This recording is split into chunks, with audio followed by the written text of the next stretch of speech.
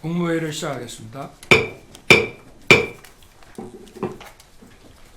지난 3월 20일 2025 학년도 대학별 의대 정원 배분이 완료됐습니다. 늘어난 정원 2,000명을 지역 거점 국립의대를 비롯한 비수도권에 중점 배정하고 소규모 의대 정원 증원을 통해 지역 필수 의료 강화를 위한 기반을 마련했습니다. 의대 증원 규모가 대학별로 확정됨으로써 의료 개혁을 위한 최소한의 필요 조건이 만들어졌습니다. 의대 증원은 의료 개혁의 출발점입니다. 증원된 인력이 배출되려면 10년을 더 기다려야 하는 만큼 나머지 의료개혁 과제들 역시 신속하게 실행해 나가야 합니다. 저는 의료와 교육이 뒷받침되어야만 지역의 정주 여건이 마련되고 지역 균형 발전이 가능하다고 여러 차례 이미 강조한 바 있습니다.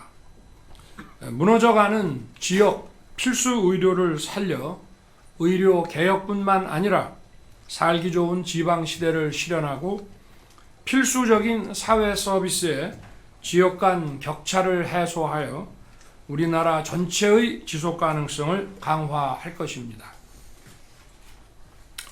정부는 이번 의대 정원을 마중물로 삼아 역량 있는 지역 병원을 육성할 것입니다. 지역 주민들이 지역의 병원을 믿고 이용하는 구조를 만들어 지역 완결적인 필수 의료 체계를 반드시 구축하겠습니다. 먼저 지역 거점 국립대 병원을 지역 의료와 필수 의료의 중추 기관으로 육성하고 수도권 빅5 수준의 진료, 교육, 연구 역량을 갖추도록 충분히 지원할 것입니다. 또한 필수 의료 R&D 투자를 대폭 확대하여 지역의 진료 역량을 끌어올리고 보건의료 산업 발전의 기초를 탄탄하게 닦겠습니다.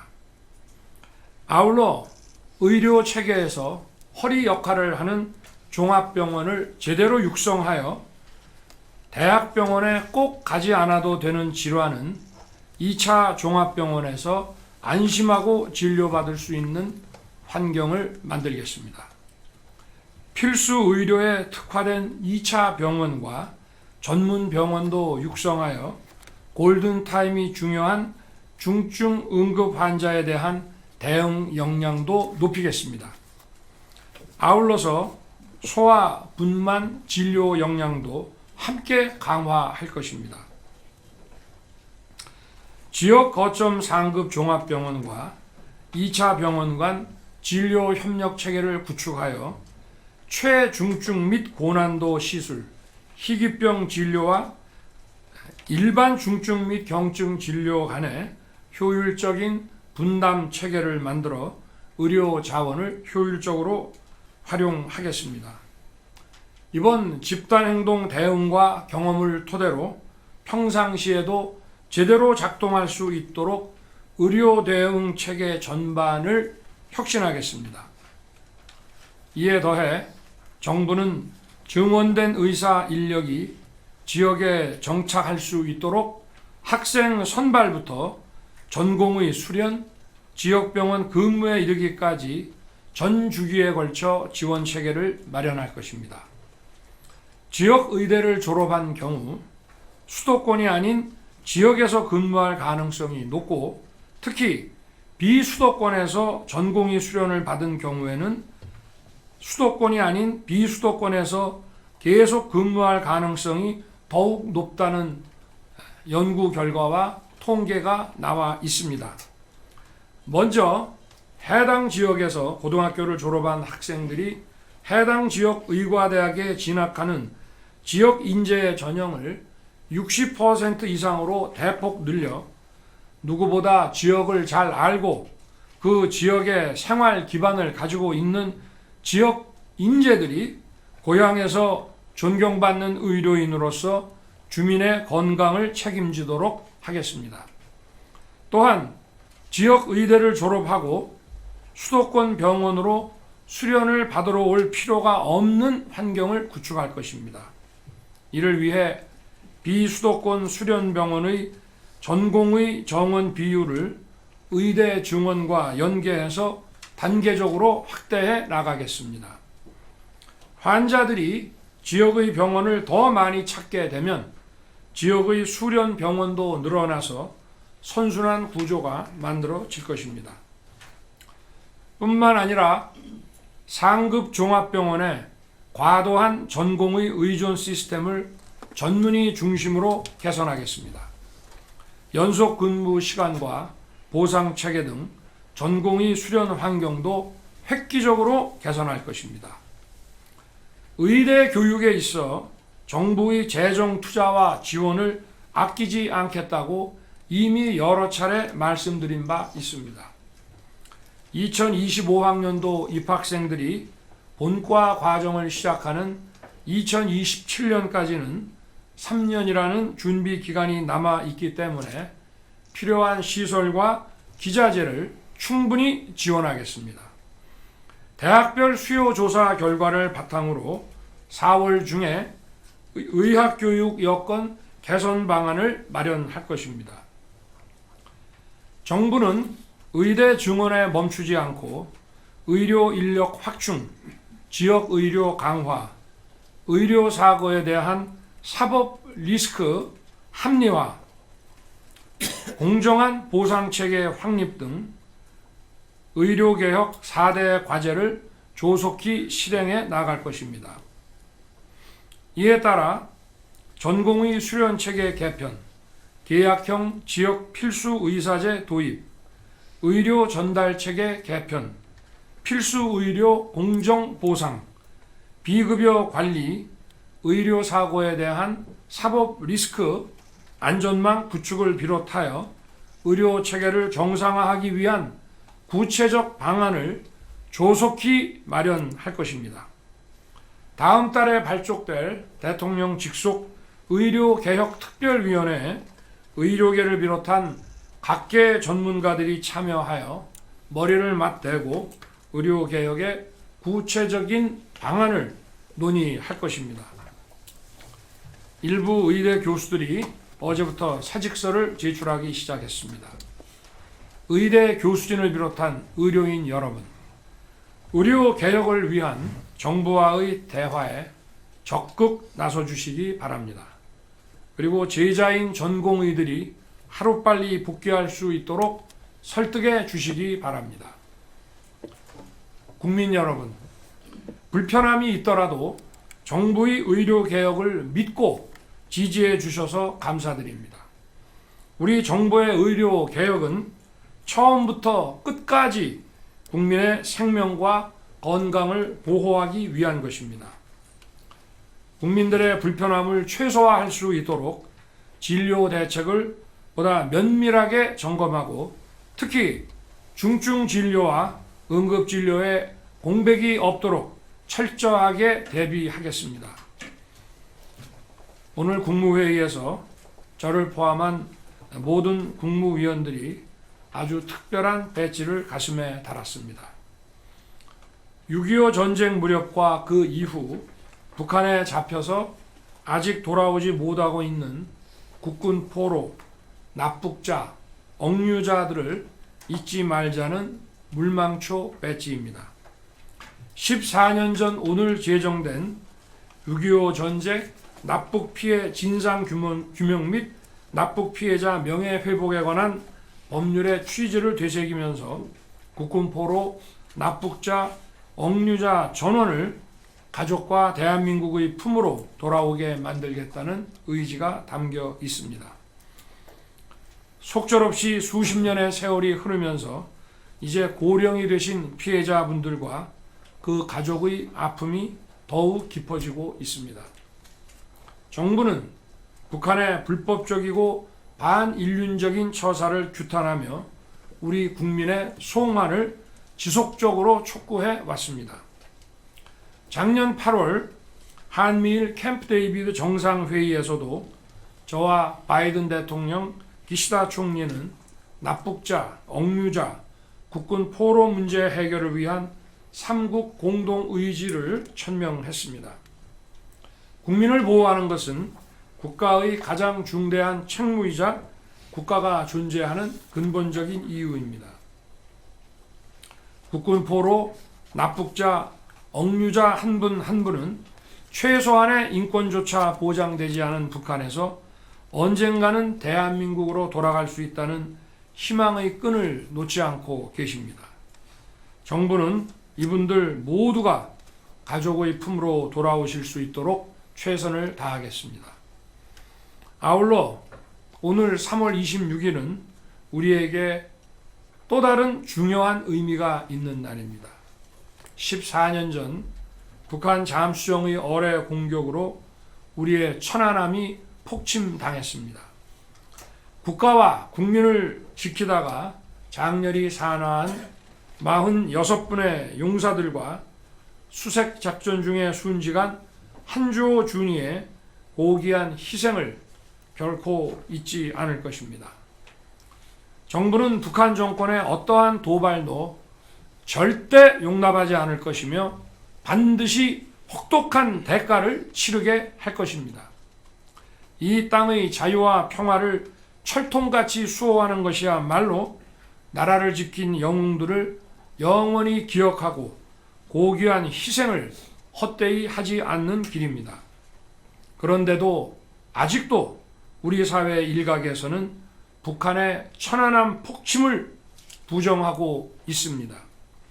사실 왜곡과 허위 선동 조작으로 국론을 분열시키면서 나라를 지킨 영웅들과 참전 장병들, 유가족들을 모욕하는 일까지도 서슴지 않고 있습니다.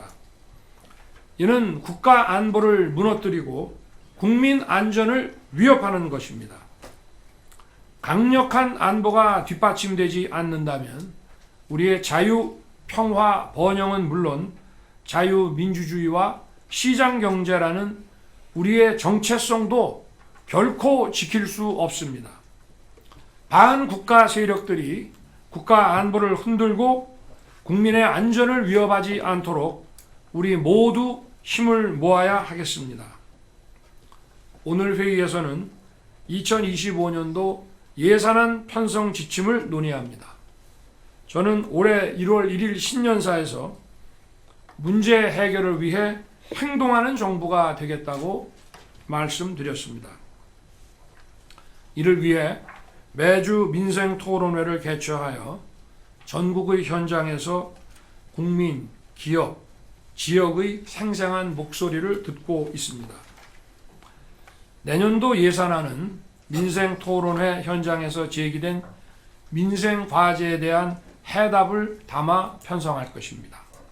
우리 경제의 활력을 높이고 도전과 혁신을 지원하며 대한민국의 새로운 도약을 이끌 것입니다.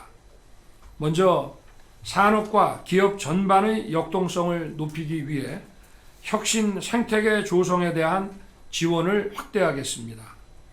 지난해에는 R&D다운 R&D로 개혁의 첫걸음을 뗐습니다. 2025년도 R&D 투자 규모는 대폭 확대될 것입니다. 특히 AI, 첨단 바이오, 양자 등 3대 게임 체인저인 국가 미래 전략 기술에 대한 R&D 투자를 확대할 것입니다.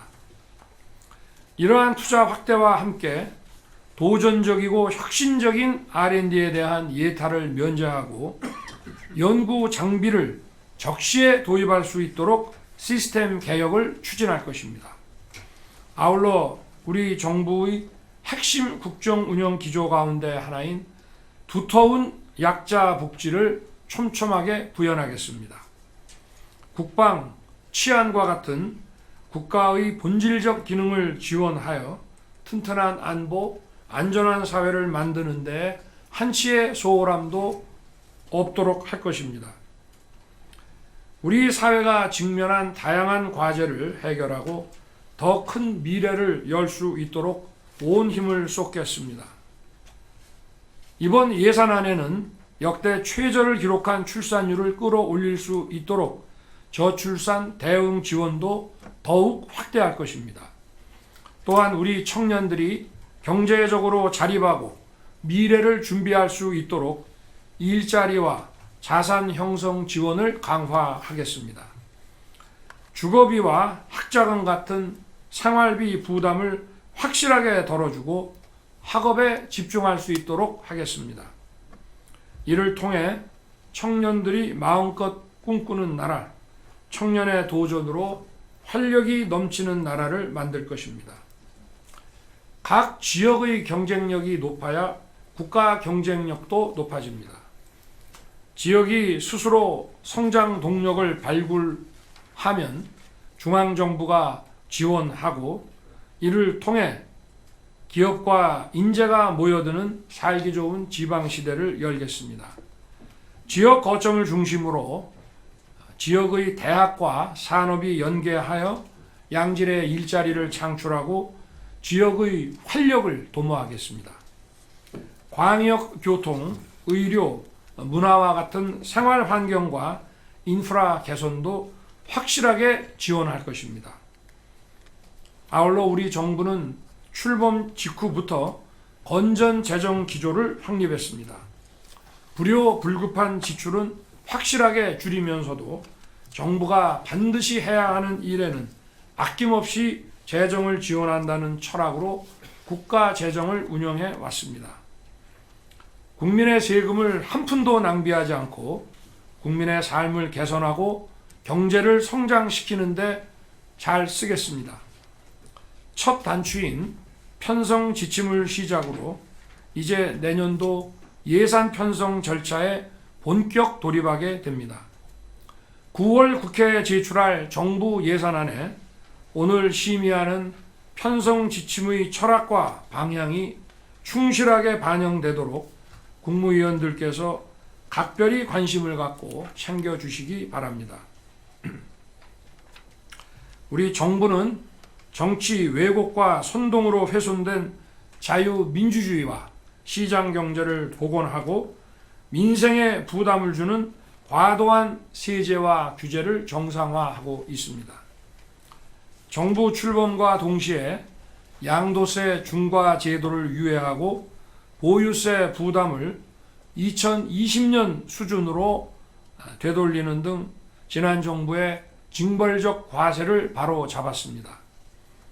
지난 19일 제21차 민생토론회에서는 부동산 공시가격 현실화 계획을 전면 폐지하겠다고 약속드렸습니다. 공시가격은 보유세 같은 세금뿐 아니라 건강보험료를 부과하고 기초연금과 같은 복지 대상자를 선정하는 기준이 되기 때문에 국민 생활에 미치는 영향이 광범위합니다. 지난해부터 공시가격 현실화율을 2020년 수준으로 환원했습니다만 아직도 많은 국민들께서는 공시가격이 다시 올라 세금, 건보료 등 각종 부담이 늘어나지 않을까, 또 여러 복지 지원 대상에서 탈락하면 어쩌나 걱정하고 계십니다. 이에 정부는 국민들께서 더 이상 공시가격으로 마음 졸이시지 않도록 공시가격 현실화 계획 자체를 전면 폐지하기로 결정한 것입니다. 주식시장의 활성화도 국민과 기업이 함께 성장하기 위해 반드시 필요한 과제입니다. 기업은 사업자금을 조달하여 성장하고 투자자는 자산 형성의 기회를 얻는 상생의 장이 바로 자본시장입니다. 정부는 코리아 디스카운트를 해소하고 우리 자본시장을 한 단계 발전시키기 위해 주식 양도세 대상 축소, 금융투자소득세 폐지, ISA 세제 혜택 확대를 비롯하여 관련 세제를 정비하고 있습니다. 이에 더해 자발적으로 기업 가치를 높이는 밸류업 기업과 주주에 대해 법인세와 배당소득세도 감면할 계획입니다. 밸류업 공시 가이드라인을 신속하게 제시하고 밸류업 지수를 개발하는 것은 물론 밸류업 우수 기업의 주식을 모아 투자 상품으로 만드는 ETF를 출시할 것입니다. 우리 정부가 추진하는 이러한 정책들은 결코 일부 고소득층을 위한 것이 아닙니다. 1,500만 주택 보유자들, 1,400만 명의 개인 투자자 등 많은 국민들께서 더 많은 기회와 혜택을 드리기 위한 것입니다. 이를 부자 감세로 공격해서는 안 됩니다. 관련 부처에서는 입법 추진에 만전을 기해 주시기 바랍니다. 오늘 회의에서는 청소년에게 속아 주류를 판매한 사업주에게 영업정지와 과징금을 면제하도록 하는 식품위생법 시행령과 청소년보호법 시행령 개정안을 논의합니다. 지난 2월 8일 제10차 민생토론회에서 신분을 감추고 술을 마신 청소년들 때문에 식당 주인이 억울하게 처벌받았다는 안타까운 사연을 들었습니다. 이렇게 억울한 사안에도 형식적으로 법을 집행하는 것은 공정하지도 않고 상식에도 맞지 않습니다. 저는 민생토론회 당일 즉각 전체 지자체에 공문을 보내 행정처분을 면제할 수 있도록 조치했습니다. 이후 각 지자체는 앞뒤 사정을 파악할 때까지 처분을 미루거나 CCTV를 확인해서 영업정지를 면제하는 등 자영업자분들의 억울함과 불안함을 덜어드리고 있습니다. 오늘 시행령 개정은 청소년을 보호하기 위한 규정을 청소년들이 악용하고 소상공인들이 그 피해를 떠안는 비상식적인 상황이 발생하지 않도록 하기 위한 것입니다. 관계부처와 지자체, 경찰에서는 다시는 억울한 피해가 발생하지 않도록 철저하게 집행해 주시기를 당부합니다. 아울러 PC방과 노래방 출입시간 제한 등 유사한 사례들에 대해서도 선량한 소상공인들이 보호받을 수 있도록 제도 개선을 신속하게 추진해 주기 바랍니다. 저는 작년 12월 19일 국무회의에서 국민의 생명과 안전을 지키다가 부상을 입은 공무원이 치료비와 간병비를 부족함 없이 지원받을 수 있도록 관련 제도를 조속히 정비할 것을 지시한 바 있습니다. 그리고 어제부터 이분들의 희생과 헌신에 대한 간병비, 진료비 지원이 현실화되었습니다. 2009년부터 동결되었던 간병비는 하루 최대 6만 7천 원에서 15만 원으로 인상되고 주요 비급여 진료비도 전국 의료기관 평균 가격으로 지원하게 됩니다.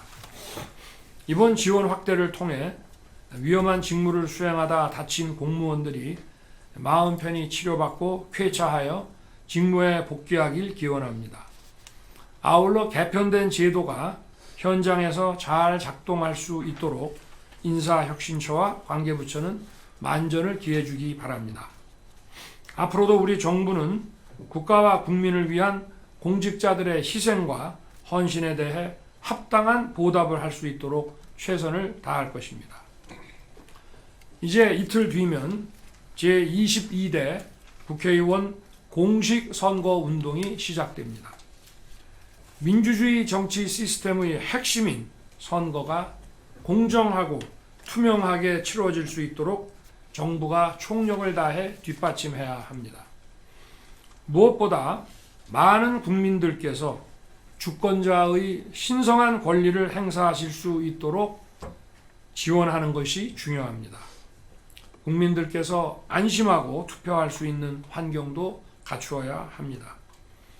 이번 선거는 사전투표 시 이송 전체 과정에 경찰이 동승하도록 하고 개표 과정에도 수검표 절차를 추가해 투명하게 관리하도록 했습니다. 행정안전부는 선거가 끝날 때까지 중앙선거관리위원회와 긴밀하게 협조하여 필요한 인력과 자원을 투입하고 국민이 신뢰할 수 있는 투표 환경을 빈틈없이 만들어주기 바랍니다. 허위사실 유포, 금품 수수와 같은 범법 행위로부터 선거의 공정성을 지켜내는 것이 매우 중요합니다. 검찰과 경찰은 선거 사범에 대해 무관용 원칙으로 엄정하게 단속하고 신속하게 수사해서 법질서를 확립해 주기 바랍니다. 특히 인공지능과 디지털 기술을 활용한 가짜 뉴스와 허위 정보가 유권자들의 눈과 귀를 가리지 못하도록 철저하게 대응해야 할 것입니다.